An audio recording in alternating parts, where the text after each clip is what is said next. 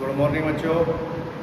देखो, कल हमने पहले के सारे क्वेश्चंस निकाल दिए थे आप या तो आज हम पढ़ेंगे कि निम्न स्थितियों को द्विघात समीकरण के रूप में निरूपित कीजिए। द्विघात समीकरण के रूप में निरूपित करना है तो देखो पहला क्या है, कह रहा है समझना इसको।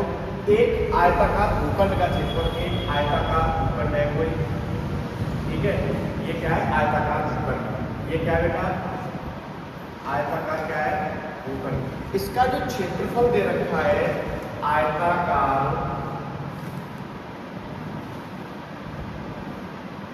भूखंड का क्षेत्रफल, आयताकार कितना दे रखा है? 528 मीटर, 528 मीटर स्क्वायर, ठीक है ना। क्षेत्रफल हमेशा किसमें आता है? स्क्वायर में। और अगर अपन आयतन निकालते हैं तो उसकी जो इकाई होती है वो क्या लगती है? क्यू में लगती है, ठीक है ना। अब देखो ये क्या कह रहा है समझना। एक आयताकार भूखंड का क्षेत्रफल इतना होगा, इस पूरे का क्षेत्रफल इतना है। अब कह रहा है क्षेत्र की लंबाई, क्षेत्र की लंबाई तो सबसे पहले लिखोगे माना भूखंड की लंबाई क्या? x metre. इसकी जो लंबाई है वो हमने क्या ले ली? x metre. अब देखो क्या कह रहा है, क्षेत्र की लंबाई चौड़ाई के दुगने से, चौड़ाई के दुगने से एक अधिक है।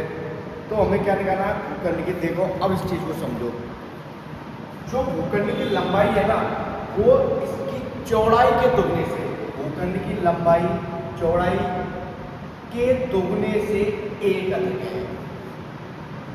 समझे कुछ? भूखंड की जो लंबाई है वो क्या है? चौड़ाई के दुगने से एक अधिक है, ठीक है। अब देखिएगा ये मैंने सही लिखा है, पहले तो ये बताओ, दुगने से एक अधिक। अब मुझे एक बात बता सकते हो, आयत का क्षेत्रफल क्या होता है? लंबाई गुणा चौड़ाई। सबसे पहले क्या करो, इसको सॉल्व करो तो ये क्या बनेगा? 2x + 1 - x = 0। और ये क्या गया यहाँ से? 2x + 1 = 0, ठीक है। अब आयत का क्षेत्रफल, आयत का क्षेत्रफल क्या होता है? लंबाई गुणा चौड़ाई। क्षेत्रफल क्या दे रखा है बेटा? 528।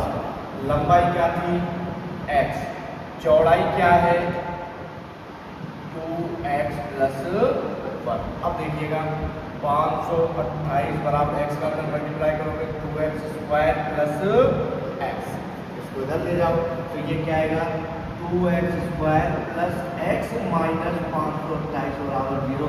क्या ये द्विघात समीकरण बना क्या? अरे इसमें x की मैक्सिमम पावर कितनी है?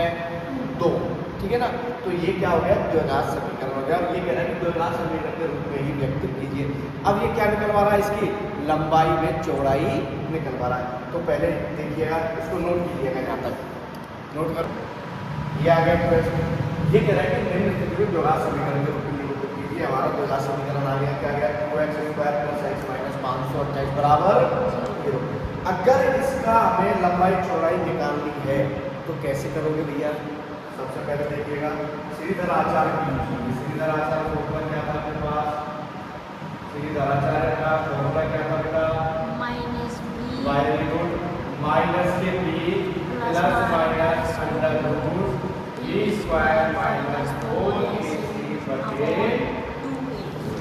ये करना नहीं, लेकिन मैं बता रहा हूँ आपको कि कैसे निकालना होगा। अब देखो यहाँ से ये क्या होगा? देखो अपना द्विघात समीकरण क्या होता है बेटा? ये वाली चीज समझो, ax² + bx + c। x² का जो गुणांक होता है वो a की वैल्यू देता है, x का जो गुणांक होता है वो b की वैल्यू देता है, जो अचर का होता है वो किसकी वैल्यू देता है? c की। तो यहाँ से a की वैल्यू क्या है आपके पास? 2, ठीक है। b की वैल्यू क्या है? x का गुणांक 1, c की वैल्यू क्या है? -528। तो ये सारी चीज इसमें रख दो। तो माइनस b की वैल्यू क्या है? 1 ± √1² - 4 2 - 528/2 × ये बेटा अब देखो -1 प्लस माइनस अंडर रूट 1 माइनस, अब इनका गुणा करो। देखो 528 गुणा 8 करो 8 8 64 6 8 16 16 6 22 2 2 8 5 442 कितना आ रहा है देखना 42 आ रहा है क्या? हाँ ओके तो ये आ गया 4। अब देखो ये माइनस नहीं है प्लस हो जाएगा, पूछो क्यों? क्योंकि माइनस और माइनस क्या हो जाता है? प्लस हो जाता है। अब ये बन गया आपके पास -1 प्लस माइनस अंडर रूट 25/4। अब देखो इसका वर्गमूल कैसे निकालना है, इधर देखिएगा क्या देगा। सबसे पहले वर्गमूल दो के जोड़ा बनाया जाता है वर्गमूल को, ठीक है। इधर देखो इसका वर्गमूल निकालो।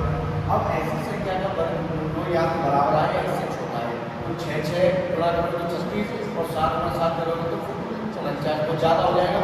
हमने 6 कर लिया स्क्वायर, तो ये आ गया 36। 42 में से 36 को घटाओ तो कितना आएगा? 6 625। 6 और 6 कितने होते हैं? 12। अब देखो ऐसी संख्या लो कि ये आ जाए, देखो मैं ले रहा हूँ 5, तो 5 गुणा 5 करोगे तो 25 हासिल के 2 5 10 तो 12 को हासिल के लिए 5 और 1 6 5 दिया, ये वैल्यू यहाँ पर, ठीक है। ये कितना आ गया? 625। इसका मतलब ये है कि 65 गुणा 65 करेंगे तो हमें क्या मिलेगा? 4225 मिलेगा, ठीक है। तो इसका वर्गमूल क्या आ गया? -1 प्लस माइनस 65/4। अब एक बार क्या लोगे? प्लस में लोगे, एक बार क्या लोगे? प्लस में। -1 और प्लस में लोगे तो 625/4। 625 में से गया तो 624/4, 4 का भाग तो 4 एकम 4 4 5 20 और 6 चौका 24 156, ठीक है ना।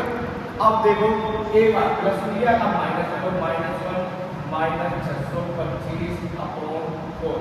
अब देखो ये कितना आएगा? -626/4 यहाँ पे 65 वहाँ पे 625 का। अरे सॉरी बिल्कुल सही है। अरे बेटा 65 है या 625 नहीं आएगा, सॉरी गलत हो गया। हमने इसका क्या किया? देखो -1 प्लस 65/4, 64 में 4 का भागा दिया तो कितना आ गया? 4 एकम 4 और 4 6 24। ओके अब एक बार माइनस में देखो, माइनस में तो चल ही रहा है। -1 65/4 कितना आ गया? -66/4 2 से भागे आ गया -30/4। तो इसकी वैल्यू क्या आएगी? अब आपको पता है नेगेटिव वैल्यू अपन लेते नहीं, क्या लंबाई कभी नेगेटिव होगी? क्या नहीं होगी? क्या आपकी लंबाई नेगेटिव है? क्या नहीं। तो जो पॉजिटिव आ रहा है वही लेंगे। तो इसकी जो x की वैल्यू हमने क्या ली? 16, तो इसकी जो लंबाई है वो तो हो गई 16 और चौड़ाई कितनी हो जाएगी? 16 गुणा 2 करो 32 33 मीटर क्या जाएगी इसकी चौड़ाई होगी? क्या ऐसे ही है क्या? अरे चौड़ाई 16 होगी और लंबाई 33 होगी। वो कह रहा है लंबाई चौड़ाई के दुगने से 1 अधिक है, ठीक है। तो अगर मान लो चौड़ाई क्या है, ये तो उसके दुगने से 1 अधिक होगी। चौड़ाई का जो दोगुना होगा उससे 1 अधिक क्या होगी? ये होगी। तो हमें देखो एक चीज समझे, ये तो मैंने ऐसे ही समझा दिया रेंडमली, लेकिन ये आपको करना नहीं है। आपको इसका ये कह रहा है कि द्विघात समीकरण के रूप में निरूपित कीजिए, ओनली इतना करना है। ये तो मैंने आपको बताया कि कैसे निकालते हैं, ठीक है ना। आपको बस खातर छोड़ना है, ये द्विघात समीकरण, ये तो समझाने के लिए था। ओके ठीक है, नोट करो। दो क्रमागत धनात्मक पूर्णांक संख्या, तो क्या लिखोगे? माना x व x प्लस 1 दो क्या है? क्रमागत धनात्मक पूर्णांक संख्या है, ठीक है। पूर्णांक संख्या कैसे होती है? नेगेटिव भी होती है, पॉजिटिव भी। उसमें क्या है? धनात्मक दो क्रम से, ठीक है ना। तो ये हो गया। आगे का पूछा उनका गुणनफल 306 है, तो हमें पूर्णांक ज्ञात कीजिए। इनका गुणनफल कितना दे रखा है? गुणनफल कितना दे रखा है बेटा? 306। अब देखिएगा इन दोनों का गुणनफल क्या है? 306। तो x, ठीक है, और x प्लस 1 इन दोनों संख्याओं का जो गुणनफल है वो किसके इक्वल है? 306। इसको सॉल्व करो, x का y x के साथ करो, x स्क्वायर x का इसके साथ करो, x 306 को इधर ला दो तो माइनस का हो जाएगा बराबर 0, और ये हमारा क्या बन गया? तो बन गया। हमको इसी में चेक करना था, ये समझना था कि ये क्या पूछना चाह रहा है। ठीक है, दो क्रमांक संख्या क्या होती है? क्रमांक वाली बात आती है तो अपन क्या लेते हैं? x प्लस 1 3 के लिए बोलता तो x प्लस 2 x प्लस 3 ऐसे लेते हुए चलते क्रम से चलते हैं। ठीक है, नोट कीजिएगा। अब इसका तीसरा देखो, आयु वाले क्वेश्चन, मैं जो पहले भी करा चुका हूँ आयु का, और लेकिन ये थोड़ा अलग है। क्या कह रहा है? रोहन की माँ उससे 26 वर्ष बड़ी है। रोहन की माँ रोहन से कितने वर्ष बड़ी है?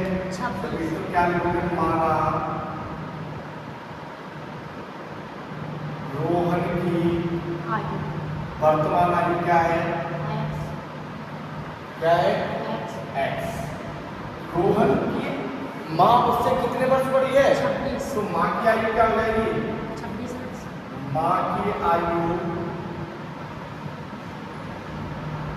क्या हो जाएगी? रोहन की आयु से 26 वर्ष बड़ी है। ठीक है साहब, ये यहाँ तक की बात हो गई। ये क्या हो? वर्तमान आयु। ठीक है, तो ये कार्य। अब क्या कह रहा है समझो,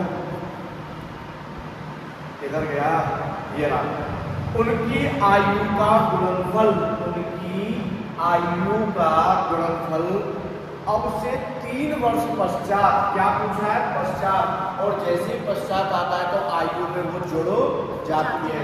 तो 3, अब लिखोगे 3 वर्ष पश्चात रोहन की आयु, 3 वर्ष पश्चात रोहन की कितनी हो जाएगी? x प्लस 3, क्योंकि पश्चात आ रहा है, और मैंने बताया था जहां भी पश्चात या बाद में लिखा आ जाए तो आयु में वो जुड़ता है, और अगर पूर्व लिखा आता है तो वो आयु में से घट जाता है। तो 3 वर्ष पश्चात रोहन की आयु कितनी होगी? तो माँ की 3 वर्ष बाद माँ की आयु क्या हो जाएगी बेटा? माँ की आयु, तो देखो वर्तमान कितनी है उसकी? x प्लस 26, इसमें क्या है? देखोगे 3।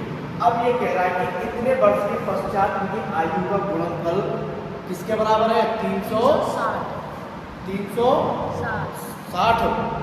ठीक है, अब देखो रोहन की आयु और 3 वर्ष पश्चात माँ की आयु, देखो 26 प्लस 3 29 हो गए, इनकी आयु का गुणनफल किसके बराबर हो गया? 360।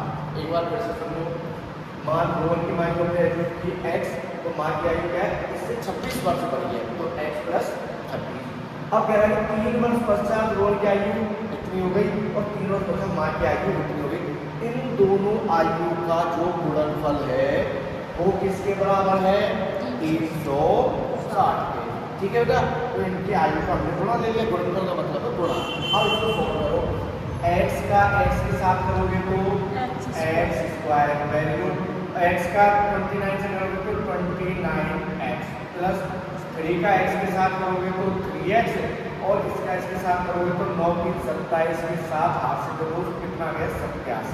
ओके, अब आ गया बराबर 306। इसको इधर लेके आओ बेटा, तो देखो x स्क्वायर, ये x और ये जुड़ के कितना हो गया? 32x प्लस 87 माइनस 360 बराबर 0। अब देखिएगा इसमें से बेटा ये लेस करोगे तो क्या आएगा? x square plus 32x minus 10 में से 7 गए तो 3 और कितने आ गए? 273 बराबर 0। और ये क्या आ गया? अपना द्विघात समीकरण आ गया। यही हमको निकालना था। बात समझ में आ गई? अब इसको आप दूसरे तरीका से करके बताऊंगा अभी तुम्हें, ठीक है ना? ये नोट कीजिएगा एक बार। अब ये बहुत इंपॉर्टेंट क्वेश्चन है। कैसा क्वेश्चन है ये? मोस्ट क्वेश्चन, इसको अच्छे से समझना। देखो क्या कह रहा है, एक रेलगाड़ी 480 किलोमीटर की दूरी समान चाल से करती है। सबसे पहले तो क्या कह रहा है, समझो क्या कह रहा है, एक रेलगाड़ी 480 किलोमीटर की दूरी, तो रेलगाड़ी की दूरी कितनी है बेटा? रेलगाड़ी की दूरी कितनी? 480 किलोमीटर। ठीक है ना। 80 किलोमीटर को समान चाल से तय करते हैं। तो क्या लिखोगे, माना रेलगाड़ी की चाल, माना रेलगाड़ी की चाल कितनी, x, क्या x किलोमीटर प्रति घंटा। ठीक है, अब देखो चाल की हो गई। अब आगे देखो क्या करें, यदि इसकी चाल, अब उसको करने से पहले एक चीज समझो, एक फॉर्मूला होता है, चाल बराबर दूरी बटे समय। समय की क्या कह रहा है, समान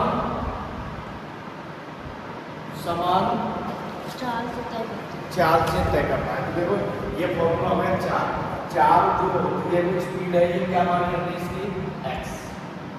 दूरी कितनी है बेटा, 480 बटे समय को किससे ले लेता हूँ मैं, t से। ठीक है, अब देखिएगा क्या मैं इसका क्रॉस मल्टीप्लाई कर सकता हूँ। मुझे टाइम निकालना है कि कितने समय में ये इतनी किलोमीटर की दूरी तय करती है, जिससे किसकी कितनी किलोमीटर से। अब देखो निकालो, t बराबर 480 बटे x, समीकरण नंबर 1। बाईस समझ में, अरे क्रॉस मल्टीप्लाई करोगे तो मेरे t को यहाँ रखिए, ये इसके डिवाइड में चला जाएगा। ठीक है, अब देखो बेटा आगे क्या कह रहा है, यदि इसकी चाल 8 किलोमीटर कम कर दी जाए, चाल में कितनी कमी कर रहा है बेटा वो, यहाँ हमने x मान दिया, इसमें कितनी कम कर रहा है चाल, तो x माइनस 8। यदि चाल में हम इसकी चाल 8 किलोमीटर प्रति आवर, इसकी क्या कर दिया हमने बेटा, कम कर दिया। ठीक है, तो आगे क्या कह रहा है, तो वह उस दूरी को तय करने में 3 घंटे अधिक लेगी, पहले की चाल थी। अब वो कह रहा है कि जब मैं चाल को कम कर दूंगा ना, तो पहले की तुलना में 3 घंटे अधिक लेगी। ठीक है ना, तो समय कितना ले रही है, वो पहले t था, तो टाइम कितना ले रही है, पहले टाइम से 3 घंटे अधिक ले रही है, पहले समय से 3 घंटे अधिक ले रही है। तो इसको फॉर्मूला अप्लाई कर देगा, अगर मैं समय बराबर दूरी इतनी रहेगी रेलगाड़ी की, अगर मैं इतनी दूरी तय करने के लिए उसने चाल को कितने कम कर दिया, 8 किलोमीटर प्रति घंटा आवर कम कर दिया, तो वो कितना टाइम अधिक ले रही है, 8 घंटे। तो यहाँ पर क्या लिखोगे, x माइनस 8, समीकरण नंबर 2। समझ में आई बात, पहले सब रेलगाड़ी की चाल कितनी है, ये कह रहे हैं कि इसकी चाल हमने मानी 1 किलोमीटर प्रति आवर। ठीक है ना, तो ये हमने इस फॉर्मूले पर रखा, फॉर्मूला होता है दूरी निकालने, चाल बराबर दूरी बटा समय, हमें समय निकालना है। ठीक है, तो अपने t को इस समय को इधर रखा, तो ये समीकरण दे दिया।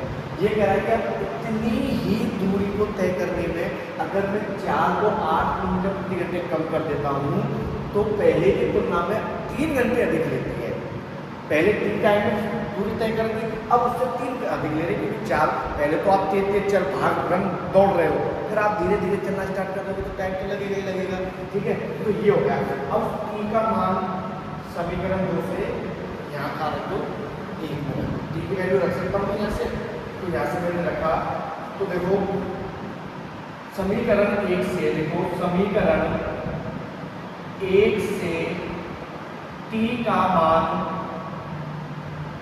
समीकरण 2 में रखने पर, देखो यहाँ से t की वैल्यू क्या है, 480 बटे x, तो क्या पॉइंट में यहाँ रख सकता हूँ उसको, तो जैसे मैंने रखा तो इसको लिखेंगे अपन 480 बटे x प्लस 3 बराबर क्या चल रहा है, 480 बटे x माइनस 8। अब आप यहाँ पर एलसीएम बुक मत लो, आप इस वैल्यू को उधर लेके जाओ। ठीक है, तो 3 इधर बच गया। अब मैं देखो 480 x माइनस 8, ये वैल्यू उधर लेके जाऊंगा तो मैंने कैसे जाएगी नेगेटिव, तो 480 बटे x। अब यहाँ से हमें एलसीएम लेना है, एलसीएम क्या होगा, x और x माइनस 8। तो देखो क्या आएगा, 3 बराबर 480। अब मेरी बात समझो, एलसीएम लेना जानते हो ना, एलसीएम में ऐसे ले रहा हूँ मैं, एलसीएम लिया x और x माइनस 8। जब मैं इसको एलसीएम ले रहा हूँ तो ये x माइनस 8 तो कट जाएगा, क्या बचेगा, x, ये गुणा हो जाएगा इसके साथ माइनस, और ये वाला गुणा हो जाएगा इसके साथ। ठीक है, तो 480 x माइनस 8। आई बात समझ में। अब देखिएगा 3 480 एक्स माइनस 480 का एक्स के साथ करोगे तो minus 480 x minus minus plus, तो इसका मतलब से करोगे तो क्या आ जाएगा 0 8 8 64 6 3840।